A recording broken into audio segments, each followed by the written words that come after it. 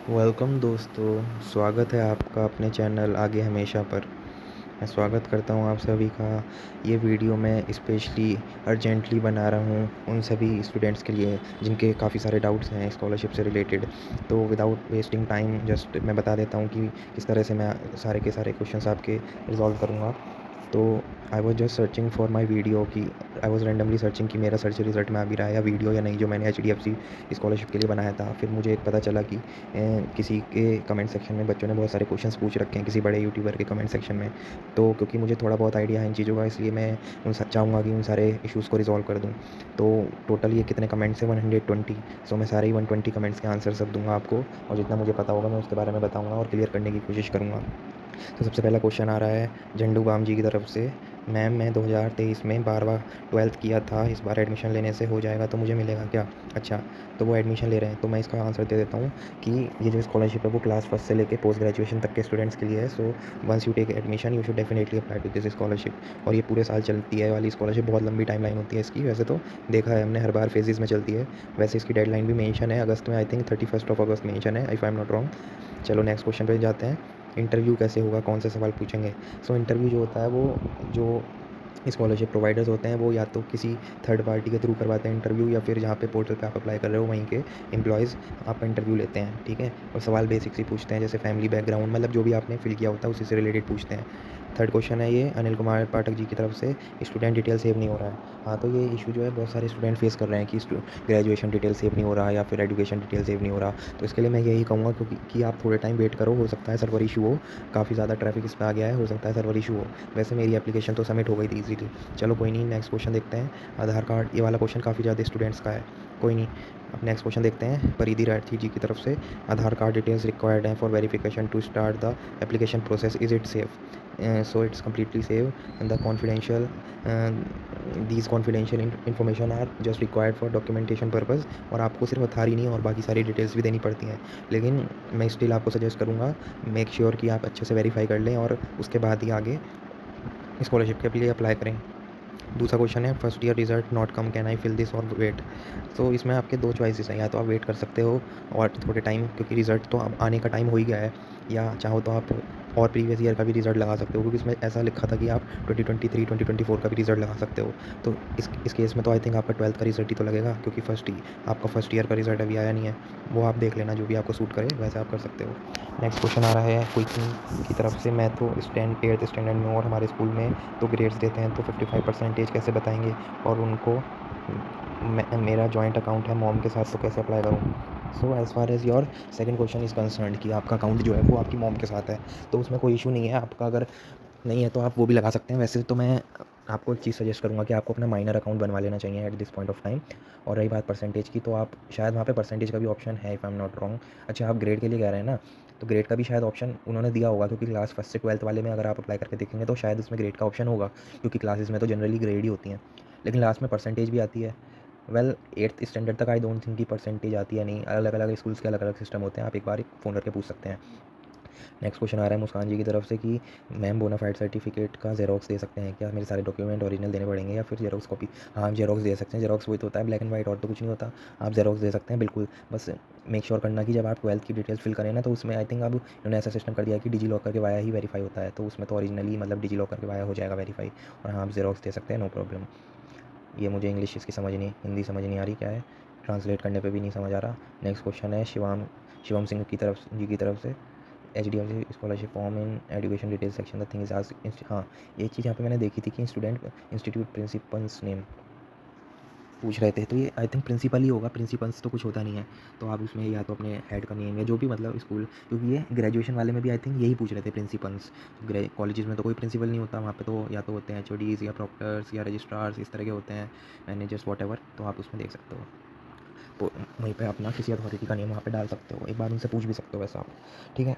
और इसमें है कि डॉक्यूमेंट सेक्शन में क्या अपलोड करना है प्रूफ ऑफ क्राइसिस में, तो अगर तुम्हारा कोई प्रूफ ऑफ क्राइसिस नहीं है तो ब्लैंक छोड़ दो उसको, नो वरीज। और अगर वो स्ट्रिक्टली उसमें एस्टरिस्क बन के आ रहा है, मतलब तुमको अपलोड करना ही पड़ेगा तभी एप्लीकेशन सबमिट होगी, तो मैं एक काम करना, एक छोटे कागज़ पे लिख देना I don't have any crisis, इस तरह से, और उसका फ़ोटो खींच के वो फ़ोटो उसमें अपलोड कर देना, ठीक है।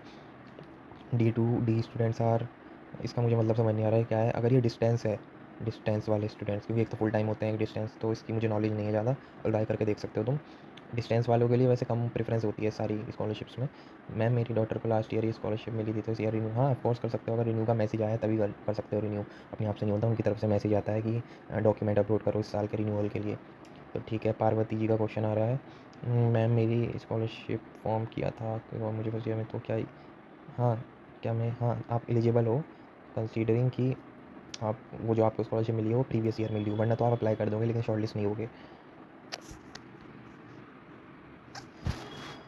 एक क्वेश्चन आ रहा है रुद्र जी की तरफ से कि MSY SY plus CMSS scholarship ले रखी है, क्या इसके साथ साथ HDFC भी ले सकते हैं या नहीं। तो ये आप पे डिपेंड करता है, अगर टर्म्स एंड कंडीशन में कुछ ऐसा है कि एक से ज़्यादा स्कॉलरशिप आप अप्लाई नहीं करें तो आप इसको रहने दे सकते हैं। IIB LLB स्टूडेंट्स के लिए कोई स्कॉलरशिप, हाँ इसमें एक चीज़ है कि CA स्टूडेंट्स हो, LLB हो, CS हो, इनके लिए थोड़ी सी कम आती है स्कॉलरशिप, तो आपको सर्च करते रहना पड़ेगा। एज ऑफ नाउ मेरे नॉलेज में कोई स्कॉलरशिप नहीं है LLB वालों के लिए।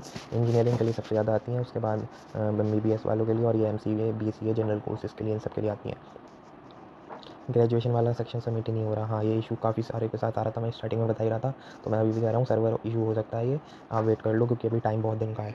गलत डॉक्यूमेंट फिल करने से अच्छा तो आप वेट ही कर सकते हो। ये मुझे समझ नहीं आ रहा क्या लिखा है, BHMS 2 में हूँ। सेकंड क्वेश्चन है ये प्लेयर की तरफ से, एक साल से ज़्यादा, एक मंथ से ज़्यादा हो गया scholarship verification and still waiting for the मेरी हाउ मच टाइम मिले। ये किसी और क्वेश्चन, किसी और स्कॉलरशिप से रिगार्डिंग है, तो इसको अभी एड्रेस नहीं करेंगे हम। और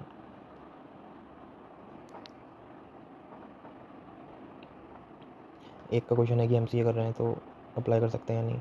हाँ of course you can apply ना, मगर तुमको जो है वो अमाउंट थोड़ा कम मिलेगा। प्रोफेशनल कोर्सेज़ के लिए ज़्यादा, I think to be exact 75,000 है, और जनरल कोर्सेज़ के लिए कम है, लेकिन MCA तो आई थिंक प्रोफेशनल में आता है, तो शायद तुमको 75,000 मिल सकता है। इसमें एक क्वेश्चन आ रहा है, जो बोनाफाइड सर्टिफिकेट है वो अकेडमिक ईयर 2025 से 2026 देना होगा, करेक्ट यू आर राइट, 2025 से 2026 का एकेडमिक ईयर देना होगा। तो मैं जस्ट अपने स्कूल या कॉलेज में जाना है और उनसे निकलवा देना है, उसमें ऑटोमेटिकली 2025 2026 मतलब उसमें डेट आनी चाहिए कि तुमने इस साल बनवाया, ठीक है। हाँ आप अप्लाई कर सकते हो, इसमें BSc का रखा है, और अगर BSc नर्सिंग में एडमिशन लोगे तो अप्लाई कर सकते हो।